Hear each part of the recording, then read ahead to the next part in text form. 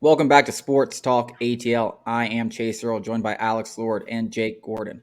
One of the most interesting aspects of this MLB season, especially early on, is going to be the rule changes, and nothing is going to affect the game more than the pitch clock. I originally thought maybe the shift ban, but now seeing it live in action over the first few games, it happens on every pitch. You can see the speed of the game actually actively speeding up. Like it's like boom, catch the ball, pitch, catch the ball, pitch, catch the ball, pitch. Jake, I want to start with you. What's kind of your opinion on this now that you've kind of seen it live in action? I know it's early and there's going to be a lot of errors by umps and pitchers, but what's your opinion on this early on? Uh, my opinion is that I think it's a good idea in theory, but so far it's been pretty bad in practice, which is something that probably will improve. It's the first spring training game. We've seen stuff like that, but the fact of the matter is you cannot call a batter out for not being set when the catcher is not set. That's what happened in the Braves game. And I don't care that they lost the spring training game. Like, I really don't. It's not that Yeah, big of a deal. but if that But the happens in fact of the matter October, we're going is, to be pissed. exactly. And if you watch, Cal Conley's about to step into the box. He has 1 foot in the box, and the catcher's standing up. And I just don't understand how you call the batter out on that. Nobody's set. Nobody's ready.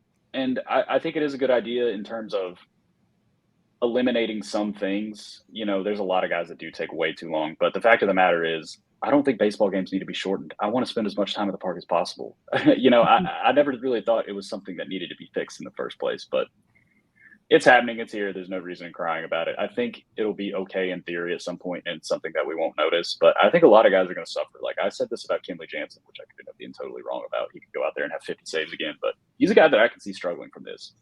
If you have to sit there, if you're a guy that's used to taking your time, and you've taken your time for what? How long has he been in the league? 11 years. Yeah.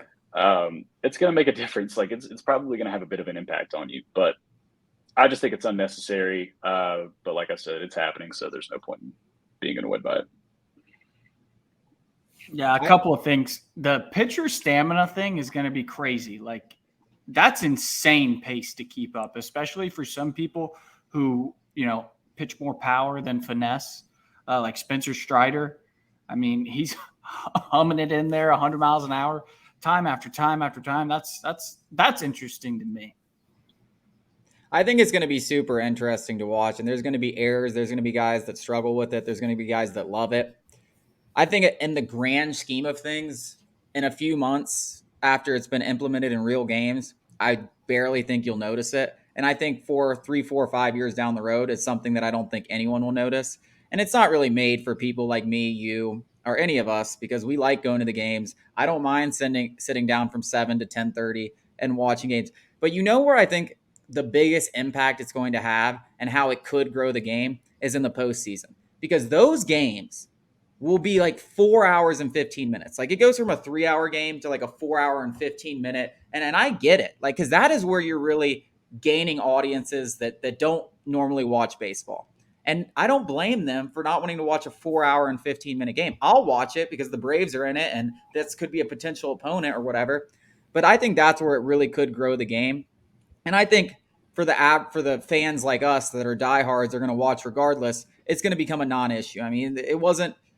I mean, it was long ago, but they used to not have play clocks in the NFL and stuff like that. These rules have been around for 50 years, and now they become commonplace. And I think that's eventually what's going to happen. It's change. The diehard fans aren't going to love it. The diehard fans didn't love the DH coming to the National League. I loved it, but now it's going to become commonplace. Like no one's even going to recognize that. It's not even going to be a question. So I think the people that are complaining just need to give it 2 months, give it 3 months, see what happens. Because there are going to be errors early on, but eventually teams are going to figure it out. The pitchers that can figure it out are going to be stars. The others are going to be out of the league. And it's just going to be something that they're going to have to adjust to. And maybe it's not fair to them, but I'm not trying to be a major league pitcher. This is about the improvement of the game and what we're going to watch on a day-to-day basis. And I think it could end up being a good thing. I'm not going to say for sure, but I think it could be. As long as they don't fill that extra time. I don't want the broadcast of a game to be the same amount of time, just filled with more commercials. That's what would really piss me off. Yeah. And I do think there's going to be aspects of it where like you're talking about teams not making as much revenue because the game only went 2 hours and you only got to serve beer for an hour and a half.